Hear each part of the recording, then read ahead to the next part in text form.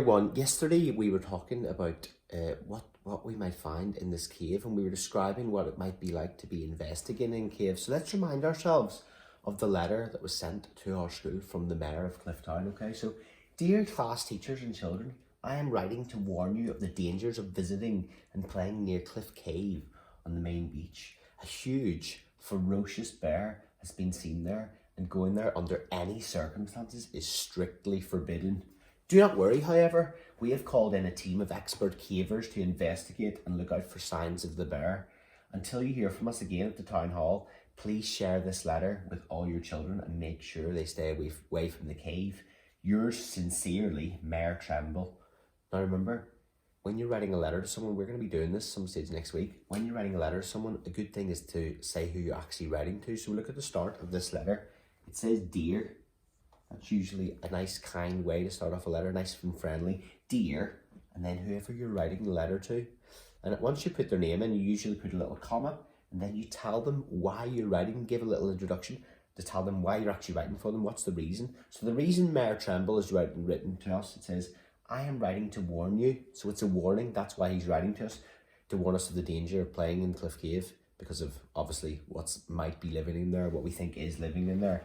Another thing to think of when you're writing a letter is, at the end of the letter, yours sincerely, because at the end of the letter you have a little signing off message, and I'm going to teach you a few more of those little things you can do next week as well. Yours sincerely, Mayor Tremble, okay? So, but now, let's crack on with today's task and get back to what we were looking at. So let's look back inside the cave. So, we've got a spotlight here in the cave. Let's predict what sort of evidence we might find in the cave that there might be an animal living in there. So let's have a look at some of them, put the spotlight on some of them. So what do we have here? We have fish bones. Why might there be fish bones in the cave? Maybe the fish bones are the remains of a fish eaten by the bear. Maybe the bear caught the fish. I know bears do quite like fish, especially salmon. So maybe they caught the fish and it was their food. Okay, let's see what else we can find. Scat. What is that? You might not recognize that word. Scat is just another name for animal poo. You can see some animal droppings here on the cave. Do they belong to the bear? Do they belong to another animal? We do not know. I'm not sure yet. Okay. Paw prints. Are they from the bear? Are they from another animal? We have on the roof. What do we have those things on the roof? Does anyone remember the special name of those? Stalactites. We might find those in the cave. We might find some stalagmites in the cave.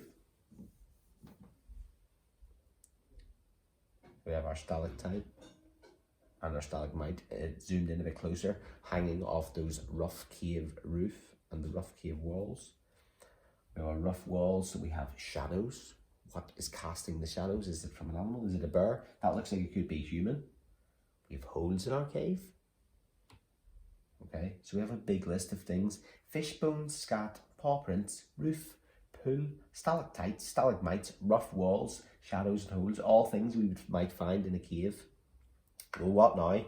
Mayor Tremble has said in his letter that the bear is dangerous, and he said it was forbidden. He didn't want us to actually go into the cave, did he? But we've just seen evidence that there might be a bear still in there. What do you think we should do now? Well, it says talk to your partner. You probably don't have a partner. What do you think we should do now? Have a little think. What would you do? You've been warned not to go in there. It's forbidden. There's lots of evidence in there of bad things. What should we do? How do we keep our team safe? How do we keep the people who live in Clifftown safe? How do we keep the bear safe if we try to catch him? If we try to catch him, we're not trying to harm him, are we? So we have to think. Yesterday you had to think, the day before, of things you would bring to a cave and what you might do if you saw the bear. Some people thought of some things that might attract the bear and you could trap him in a gentle way, maybe some honey or some other type of food or distractions. Some people said they might throw a rock or play an instrument to distract him and then try and capture him to save him, take him out of the cave, keep people in the town safe. Anyway, I have written a letter to Mayor Tremble, okay? So it says, Dear Mayor Tremble, the cave was very dark, but we could see big stalagmites and stalactites. So I'm telling him why I'm writing. I'm writing to him to warn him about the cave because he hasn't been in there. There was a deep pool in the middle and the water was dripping from the roof. We saw scat, fish bones, and dark brown fur on the walls. We took photographs of the bare paw prints to show how big it is. Stay away from Main Beach and Cliff Cave until we find the bear. Yours sincerely. But I haven't even told him who it's from. What would I put here so he knows it's from me? Well, I would have to put my name, and my name obviously would have to have capital letters. So I'm going to say, yours sincerely, Mr. Remember our tricky word, Mr. Finch. My capital M for Mr. and my capital F for Finch. But you probably noticed when I was reading that I found it quite difficult to read, and that's because I made lots of mistakes. I've made mistakes with my capital letters in the wrong places, full stops and things not in the right places. I have got words that are jumbled up, so it doesn't even make sense. So I want to show you. This one's actually not too jumbled. Let me go down to my second one. This one is very jumbled. So look at the very start here. I've got Dear Mayor Tremble. Now I know that his name is its actual name, so it's going to have capital letters in it. It needs to have capital letters. All names should begin with capital letters. So what I want you to do today is to look through my letter, read it, and see if you can spot any of the mistakes I've made so that you don't make the same mistakes when we do our own letters. So I'm going to start off. I'll do a little bit and you can take over, okay? So I have Dear Mayor Tremble, and I can already see there, guys, that when I've written dear, and that's the start of a little sentence, that I have not got a capital letter for D. But look, I do have a capital letter where it is not needed. Remember, I don't need capital letters in the middle of words. So I'm going to take that away. Dear. What else? Is there anything wrong with this word? Mayor. Well, I've just told you, that's his name. So look, we shouldn't have a capital letter there. So I'm going to change that. We need a capital letter there, sorry.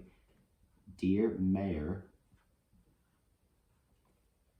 Tremble. That's fine, that bit, because it has the capital letter for his surname. Comma, okay. Let's read the next sentence and see if we spot anything wrong. So, start off with a capital, that's a good start. We are writing to tell you what we saw in Cliff Cave last week. Well, Cliff Cave is a place and it's got capital C's for both, so I'm happy with that one. The was cave very dark. The was cave very dark. That doesn't sound right to me. So I'm going to put a little brackets around that. The was cave. Should that say the cave was very dark? And look, the does not have a capital. It does have a capital in the wrong place. The was cave. Those words are a bit jumbled up, aren't they? The cave was, sounds a bit better, doesn't it? The cave was very dark. What's wrong with dark? Look at that. Capital letter in the middle of a sentence where it is not needed. That's not a name, is it? The cave was very dark, comma, but we, that all looks fine, could see big stalagmites. Big stalagmites, I can see there, I've got a capital letter on that describing word where it's not needed, so I'm going to change that to a normal B. And stalactites. That's the end of a sentence, isn't there? So what do I need? Well, I'm going to need a full stop. So guys, that's what I want you to do. Get some colouring pencils, see if you can spot mistakes, circle some mistakes. You can maybe write out a couple of the sentences and fix them. You don't need to write the full thing out and fix everything, but there's two versions to choose from. There's one where some of the words are jumbled up in the sentences, which is a bit harder, and then there's another one where it's just your capital letters and things in the wrong places. So see if you can fix them. If that's a little bit too hard for you, there are some sentences on your Seesaw journal where I've got some simple sentences and they're jumbled up in the wrong order, and I'd like you to put them back in the right order. Remember, look for the word beginning with the capital letter. That will be your clue for your first word, and it will help you work out the order of the sentence, okay? So best of luck with that.